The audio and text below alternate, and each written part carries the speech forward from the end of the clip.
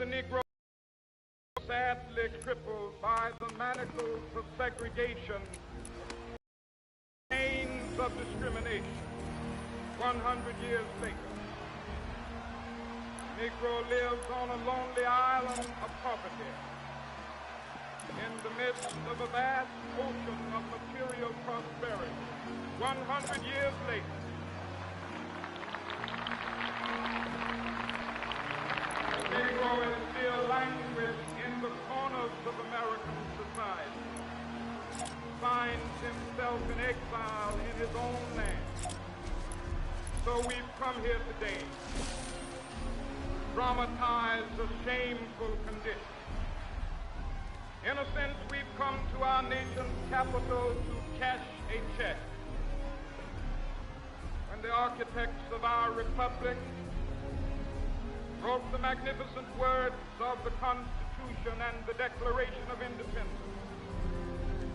they were signing a promissory note to which every American was to fall heir.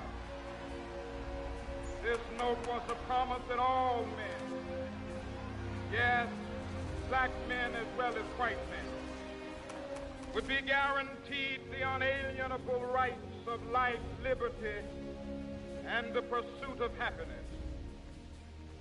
It is obvious today that America has defaulted on this promissory note insofar as her citizens of color are concerned.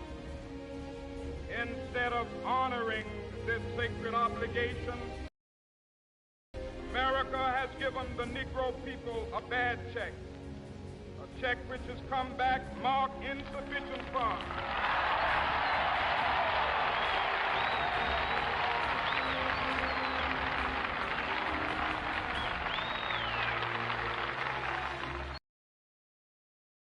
But we refuse to believe that the Bank of Justice is bankrupt.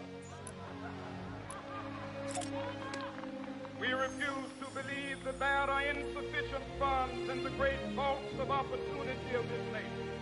So we've come to cash this check, a check that will give us upon demand the riches of freedom and the security of justice.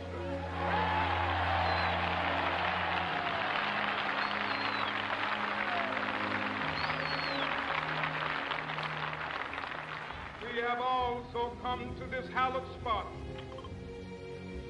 to remind America of the fierce urgency of now. This is no time to engage in the luxury of cooling off or to take the tranquilizing drug of gradualism.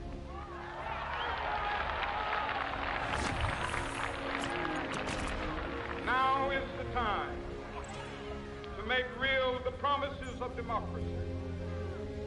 Now is the time to rise from the dark and desolate valley of segregation to the sunlit path of racial justice. Now is the time to lift our nation from the quicksands of racial injustice to the solid rock of brotherhood. Now is the time to make justice a reality for all of God's children. It would be fatal for the nation to overlook the urgency of the moment. This sweltering summit of the Negro's legitimate discontent will not pass until there is an invigorating autumn of freedom and equality. 1963 is not an end, but a beginning. Those who hope that the Negro needed to blow off steam and will now be content will have a rude awakening if the nation returns to business as usual.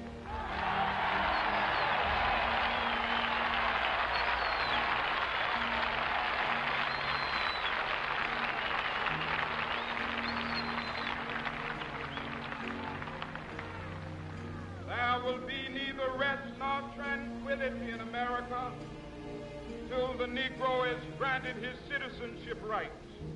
The whirlwinds of revolt will continue to shake the foundations of our nation until the bright day of justice emerges. that is something that I must say to my people who stand on the warm threshold which leads into the palace of justice. In the process of gaining our rightful place, we must not be guilty of wrongful deeds. Let us not seek to satisfy our thirst for freedom